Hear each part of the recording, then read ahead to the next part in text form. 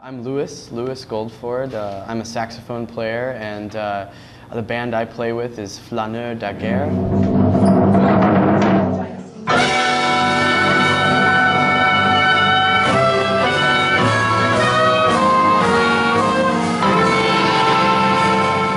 And we play and perform, I guess, modern jazz with an alternative edge to it, maybe. And we've been playing in Taipei for 2 years now.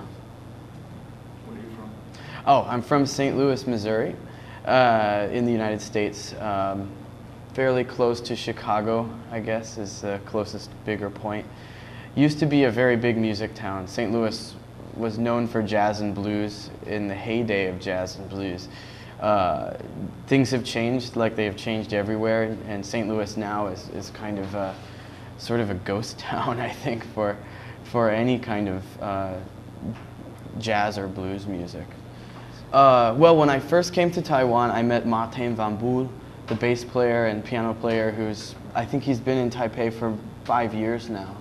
And so I met him first. We played some gigs together, and we decided we wanted to pursue this alternative jazz in a group setting. So Martin recommended Lin Weizhong, who's a very, very busy and talented drummer now in Taipei.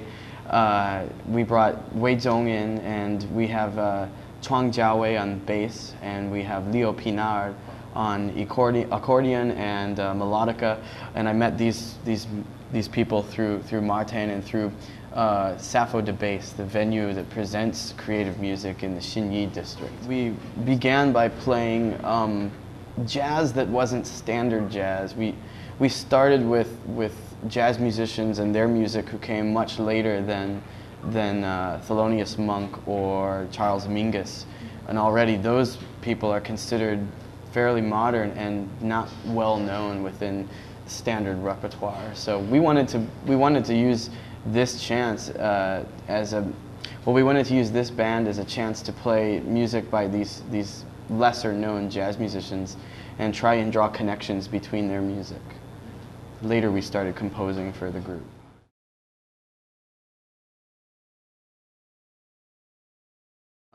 I know that Taipei is really good.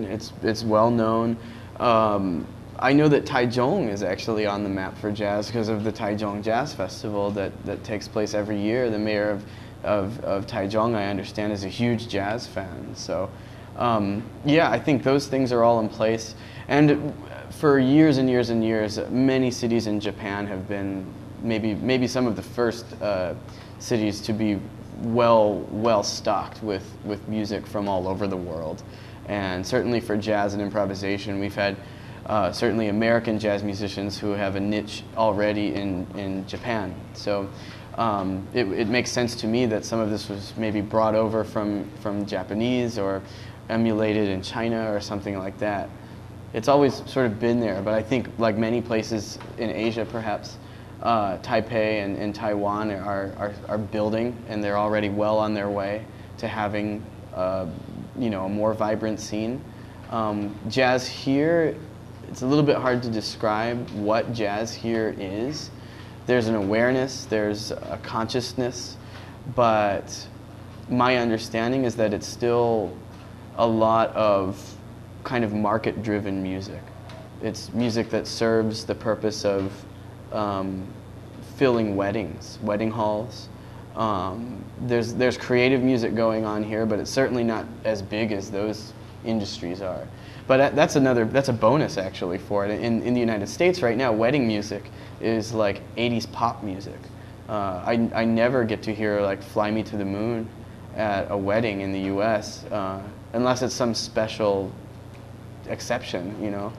It's really nice to be able to hear that music at weddings. It's much different than at home. I mean, it would be pop dance bands back at home. I mean, people really know those songs. They knew crooner songs. They know like Frank Sinatra songs and Billie Holiday songs, and they know this vocal music and these standards from 40, 50 years ago. Modern jazz is here. It's something that seems to be more or less celebrated among the musicians themselves, And that's true of other places in the world too.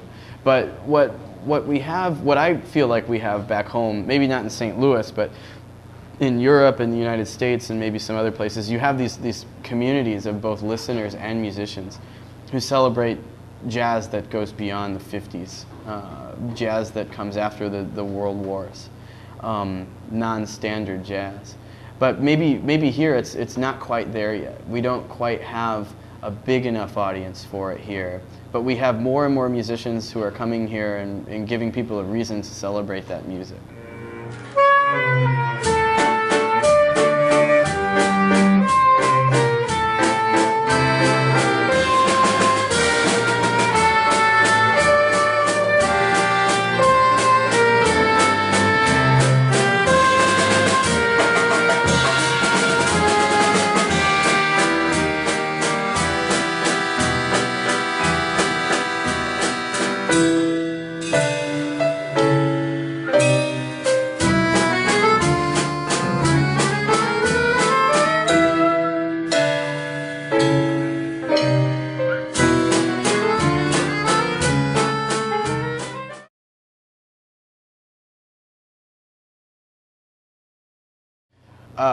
World music is definitely an all-encompassing term. For me, as a foreigner who comes here, everything is world music. And for many of us, 3 of the members of our band aren't originally from Taiwan. But what I'm seeing is a vested interest in music from all different cultures and things here. When I first came to Taiwan, actually the first music I heard was Indian music. I heard waka and yo playing at a hookah bar. And I thought, this is blowing my mind. I'm hearing like traditional northern Indian music in Taiwan. Where am I? And so I see all of these things. In fact, I know a lot of musicians here who introduced me first to all different forms of music from the Silk Road. There's been a lot of, maybe more awareness of those kinds of music here, more interest in it, that is to say. Jazz is already here, so it can't help but cross-pollinate with those other styles or practices.